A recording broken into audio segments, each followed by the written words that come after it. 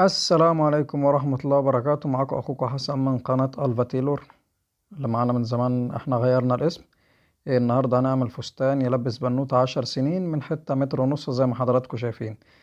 طبعا بنطبق القماش على الظهر زي ما انتم شايفين كده عشان العلام يبقى كله على الظهر. عبال لما اطبقها بقى تنزل كده تحت الفيديو، تعمل لنا اللايك الجميل وتسيب لنا كومنت تقول لنا رأيك في الفيديو في نهاية الفيديو، والاشتراك لو انت مش مشترك في القناة.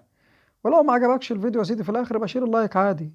طبعا الحته اللي انا طبقتها ديت على 2، يعني كده مطبق القماش مجوز على 2 على 2. طب انا مطبق قيمه قد ايه يا عم حسن؟ ربع الصدر، ربع اكبر دوران في الصدر.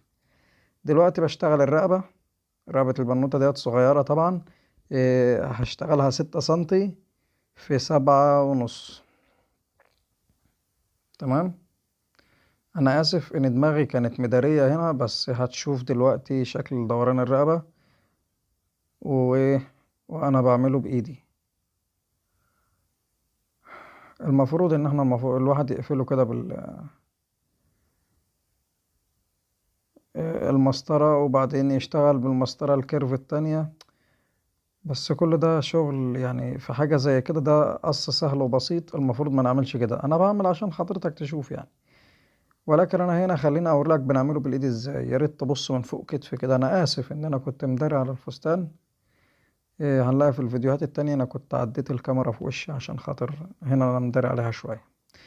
بنشتغل الكتف ازاي يا عم حسن؟ بناخد الكتف على 2، او بنجيب المازورة بنشدها بطول الكتف وزي ما انت شفتني كده قسمت المازورة نصين، وباخد علامة صغيرة. وزي ما عودتكوا دايما بسقط ميلان الكتف. دي بنوتة صغيرة يعني يا دوبك 2 سنتي ونص 3 سنتي بالكتير. وبنوصل الكتف بتاعنا بالشكل الجميل ده. وبعدين بنعمل آه ال- الحردة بتاعة الباط، أو حردة الإبط، أو دوران الجيرو. ده بيبقى قد إيه يا عم حسن؟ نص عرض الكتف. اللي خدته في الكتف هو اللي هتنزله من الكتف لتحت. طبعا دي بنوتة صغيرة فبينطبق عليها قوانين الحريمي. الأطفال كلهم بينطبق عليهم قوانين الحريمي، مفيش قلاب. الظهر قد الصدر بالظبط. تمام. دلوقتي أنا زي ما أنت شايفني كده بعلمك برضو طريقة جديدة ازاي اجيب دوران الصدر واطلع الربع بتاعه. امسك المزورة وفردها على دوران الصدر وليكن 77 سنتي. طبق ال77 دول على 2، وبعدين طبقهم على 4، هيطلع معاك ربع الصدر. اسهل من كده مفيش، ولا تحسب ولا تتعب في قلبك. طبعا يا ست الكل، وزي الكلام ده موجه لست الكل اللي قاعدة في البيت اللي عايزة تعمل فستان لبنتها وتجرب. نصيحة: خش الفيديو ده وكملي للآخر، عشان كمان هنزل لك بعده فيديو تاني في التقفيل بتاع الفستان. الفستان ده من تصميمي على فكرة يا جماعة، وهدية لعيون المتابعين. يلا بقى، اللي ما عملش اشتراك في القناة من الأول لسه مكمل معانا لحد دلوقتي ينزل يشترك، واللي ما عملش اللايك انت حر. بس يعني الزرار ما بيعضش والله. سيب لنا كومنت جميل كده وقول لنا رأيك فيه ايه. طبعا دوران الجيرو زي ما انت شفت انا بعملته ازاي بنفس الطريقة. يعني انا مش محتاج ان انا اعمل تعليق صوتي على الفيديو، ولكن بنفس الطريقة. دلوقتي بناخد خط. تمام. ده اللي هو اللي ايه الوسط بتاع البنت دي حوالي 33 سنتي. وبعدين بنفس الطريقة برضو هطلع الوسط اهو. الوسط بتاعنا كان 60 سنتي، هسيب عليهم 6 سنتي زيادات. وهمسك المزورة ادينا طبقناها مرة، نطبقها كمان مرة. ابسط يا عم، عندك ربع الوسط اهو. ايه الحلاوة دي بقى؟ كنت هخبط بايدي، خبطت بايدي فعلا الستاند بتاع الكاميرا وكنت هوقعها، بس الحمد لله ربنا ستر. اهو. حط المزورة، خد النقطة الجميلة وسيب الخياطة. ايه رأيك؟ تاخد النقطة الجميلة تسيب سنتي بعد الخياطة. مفيش اسهل من الطريقة دي. دي طريقة ألف ب خياطة للي بيخيط في البيت، ولا محترفين بقى ولا الكلام اللي كنا بنعمله في البدلة في الفيديو اللي رفعنا امبارح. تمام. والجماعة بتوع البدلة برضو ما تقلقوش، انا بديكوا هدنة كده في الوسط وهنكمل ان شاء الله مع بعض بكرة البدلة. هنا انا بعمل حردة الرقبة بتاعة الظهر برضو، بنزل 2 سنتي واعملها ليه بقى، لان انا مطبق ظهر وصدر فوق بعض. نبدأ نقص الاتنين مع بعض برضو. بنقص الظهر الاول، نقص الحردة بتاعة الظهر دي موجودة في الاتنين، مش هتزعلنا عادي. تمام. ومتأسف تاني ان انا هداري عليكم وانا بقص الجزء بتاع الظهر والصدر ده، عشان خاطر طبعا الكاميرا كانت فوق دماغي، وده كان طلب احد الاخوة ان هو عايز الكاميرا تصور من فوق دماغي. للاسف ادي زي ما انت شايف كده ما نفعتش، فبعد كده هنرجع الكاميرا في مكانها الطبيعي تاني، تبقى في وش الجنب التاني. طب دلوقتي طلعنا الجزء بتاع الظهر والصدر، هنعمل كده نشيل واحد منهم ونطلعه على جنب. ده الظهر بتاعنا. الصدر لسه فيه شغل. طيب بنطبق الصدر تاني على 2 زي ما كان، وبنقص حردة الرقبة. والصدر ده مفتوح عشان انا عامل فيه باندا بالطول. حط ايدك كده يا ست الكل وافتح الصدر. لا محتاج تعلمي بقى ولا القصص اللي احنا بنعملها المعقدة التانية دي. زي ما قلت لحضرتك ده فستان سهل وبسيط وهيطلع بشكل احترافي في الآخر. تمام. ادي الظهر بتاعنا، ونطبقه على جنب ونركنه هو والصدر. وخليكي معايا نكمل باقي قص الفستان. خدي بالك الفيديو كله زي ما حضرتك شايفة يعني مش مكمل ربع ساعة، فخليكي صبورة واتفرجي معانا للآخر.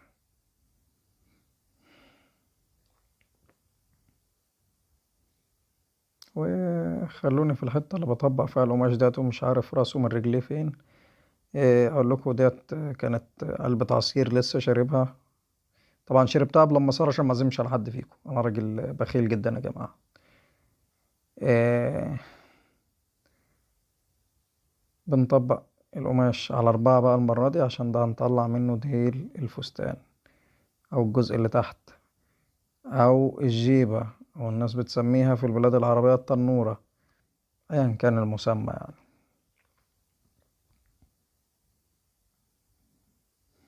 شوف الطول بتاعك كان المناسب قد ايه.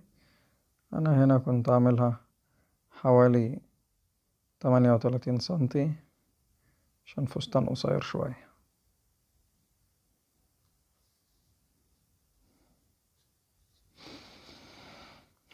وارجع اقول لكم يا جماعة الدعم الدعم الدعم ارجوكوا، يعني الدعم عشان نستمر وعشان خاطر كلنا نستفاد مع بعض. لايك وشير وكومنت مش هيتعبوا حضرتك في حاجة، لكن صدقني هيفرقوا معايا انا شخصيا. طبعا الجيبة ديت بتاعة الفستان ده انا هعملها بكسر، فانا زي ما قصيت بعرض القماش بالظبط كده خلاص، مش هنعمل حاجة تاني. هنسوي بس كده ونطلع البورسون. شكرا. الجيبة خلصت. في اسهل من كده بقى؟ ما اظنش يعني.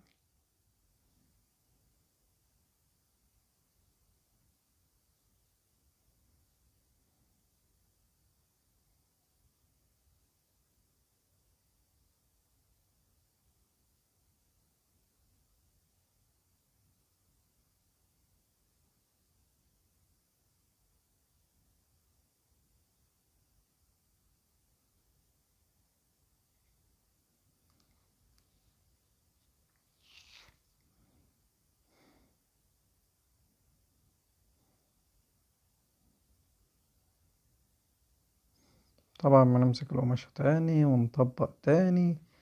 ليه بقى؟ الفستان ده ليه حزام. اه والله زي ما بقول لكم كده. والحزام طبعا احنا عايزينه طويل، فهنطلعه برضه بعرض القماش. كام بقى الحزام ده ابو علي؟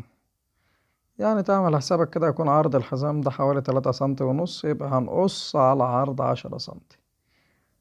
تمام زي ما حضرتك شايف دلوقتي بالظبط، او زي ما حضرتك شايفة برضو.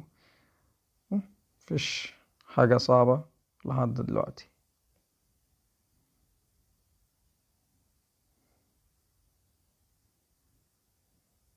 خير. قصينا الحزام. هم، ايه تاني؟ عايزين ايه تاني وانا اعمله؟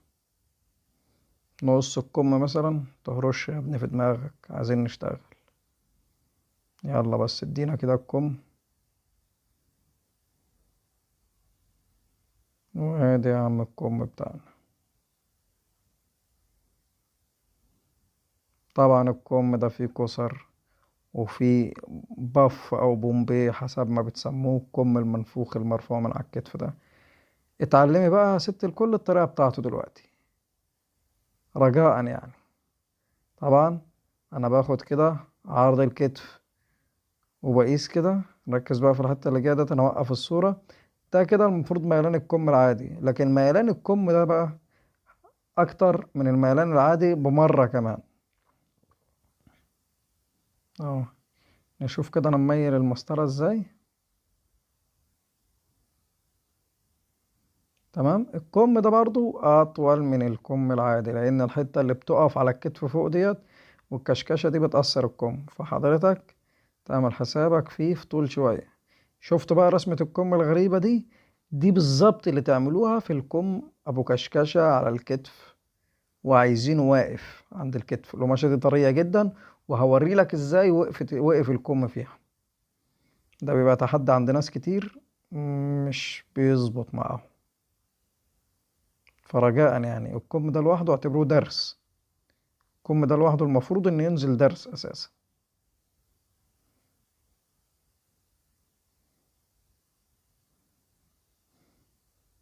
تمام.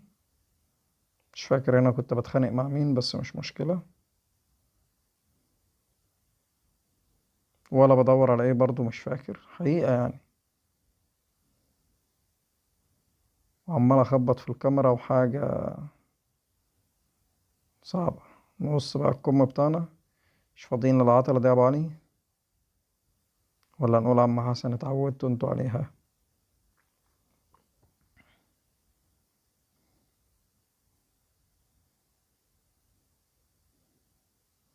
برضو دماغي مدارية القص، بس اعتقد يعني القص مش محتاج تعليم يعني.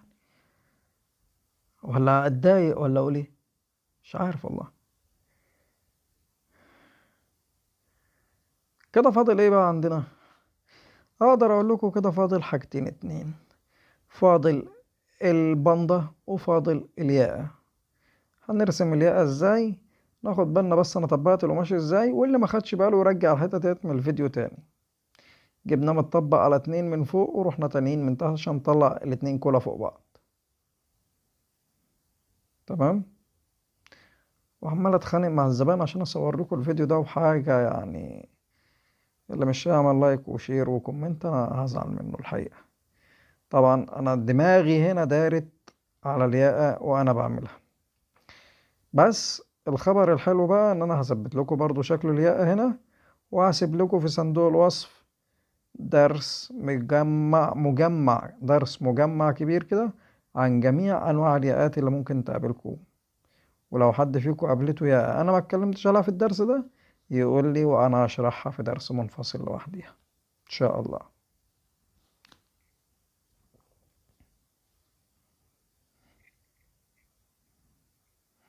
ادي شكل الياقة تاني قدامنا اهو.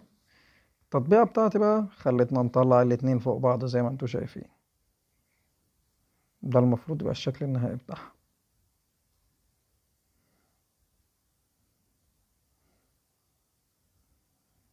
طيب، عندنا ايه تاني؟ عندنا البندة بتاعت الستر اهي. حتة كده اطول من الصدر بشوية. طبق القماش على اتنين، وعرضها حوالي 8 سنتي. بس شكرا. هنركبها ونشيل الزيادة. مفيش اسهل من كده. وفي نهاية الفيديو بتمنى لكم ان شاء الله يوم سعيد.